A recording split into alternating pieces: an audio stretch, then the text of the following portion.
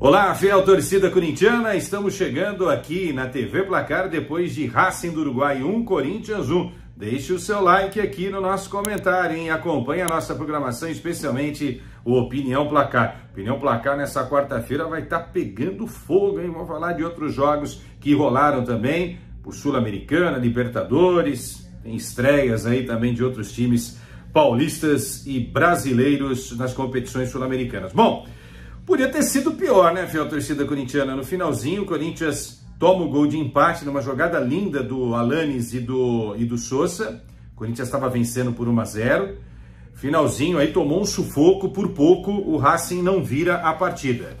Bom, sem cobrar muito desempenho, porque o Corinthians não fez uma boa partida, levar um pontinho logo na estreia fora de casa, imaginando que o Corinthians ainda tem 5 jogos para fazer, 2 deles fora também da capital paulista e 3 dentro da Arena Corintiana, com apoio da fiel torcida, o Corinthians pode tentar almejar aí a classificação. Lembrando que só o primeiro do grupo se classifica de forma direta para a próxima fase da competição. O Corinthians fez uma partida ruim, com os velhos problemas de sempre, centralizando muito o jogo em cima do Garro.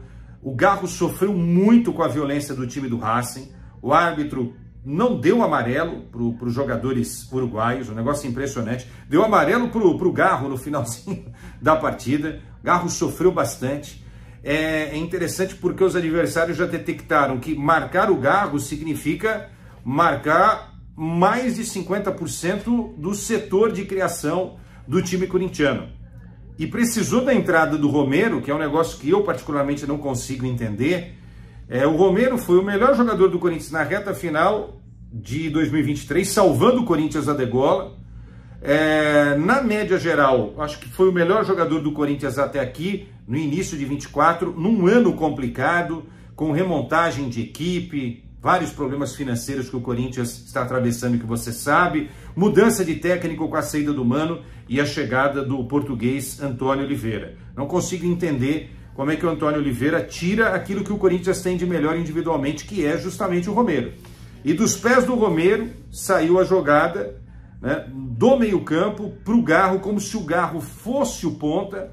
O Garro pega essa bola, faz um cruzamento preciso e o Yuri marca de cabeça. O Corinthians fazia assim 1-0 e depois tomaria um empate, já comentado aqui por mim. Corinthians ataca muito pouco pelas laterais. O Fagner tem qualidade para dar esse passe, mas não faz uma jogada pela linha de fundo, sempre fecha pelo meio. O Hugo só fica na defesa, mas não marca bem. E o Bidu, que entrou, não conseguiu fazer também muito no sentido ofensivo. Bola aérea corintiana continua sendo um terror. Antes do gol, de fato, o Corinthians tomou na cabeçada do Varela, né, o gol de empate. Só que o Varela estava um pouquinho à frente, né, mas isso não tira o erro, a falha da bola aérea defensiva. Era um problema do ano passado, não foi solucionado ainda pelo Antônio Oliveira. Ranieri jogando abaixo do que pode, está faltando ao Ranieri mais qualidade para organizar essa transição. O Bidon sentiu o peso dessa estreia, os laterais já falei, os 2 zagueiros muito indecisos, né? Os 2 primeiros lances de muito perigo foram da equipe do Racing no primeiro tempo, com o Veron, né? Deu uma titubeada ali o Félix Torres, isso foi aos 2 minutos, e depois com o Nandinho, aproveitando uma indecisão também do Gustavo Henrique, o Cássio salvou ali a jogada. No ataque, o Wesley tentando muitos dribles, mas muito isolado, sem ninguém se aproximar para fazer um 2. E aí eu falo do Hugo, né? O Corinthians precisa ter um lateral que apoie também para fazer um 2 com o Wesley. Garro muito marcado, sentiu dificuldades. E Yuri e o Pedro Raul também com muitas dificuldades, né? A bola chegou pouquíssimo para o Pedro Raul. O Pedro Raul muitas vezes teve que ser um meia, né? Veio buscar muito jogo no meio campo. E aí deixa de estar lá no ataque como referência, segurando os zagueiros, porque puxa toda essa marcação para o meio campo, né? E o Yuri, quando saiu da ala, até que o Yuri tentou se movimentar bem, né? Voltou a ser o centroavante, e aí não tem o que falar, né? O Yuri foi lá e fez o gol de empate, ajudando o Corinthians a pelo menos arrancar esse empate contra o Racing no Uruguai. Bom, gente, para fechar, o Corinthians ficou 23 dias depois da eliminação no Campeonato Paulista. O último jogo foi no dia 10 de março. Foram 23 dias em que o Corinthians conquistou a classificação contra o São Bernardo na Copa do Brasil, certo? E depois o amistoso contra o Londrina, que vocês acompanharam. Em 23 dias, não vi nada de diferente. Ofensivamente falando, jogadas de triangulações pelas pontas, apoio dos meio-campistas, apoio dos laterais, um sistema defensivo mais forte.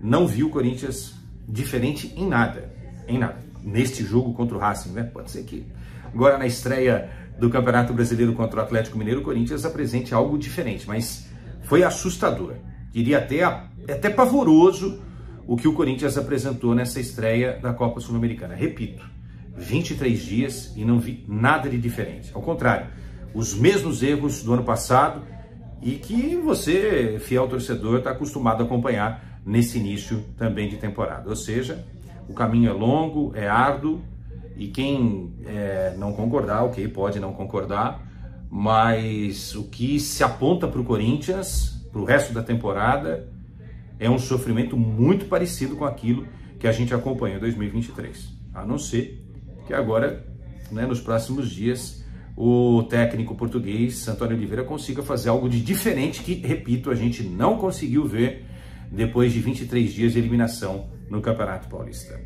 É isso, fiel torcida. Grande abraço, acompanhe a gente aqui na TV Placar, ok? Deixe o seu like e acompanhe a nossa programação, principalmente Opinião Placar, todo dia, segunda a sexta, no ar a partir das 11h30. Tchau!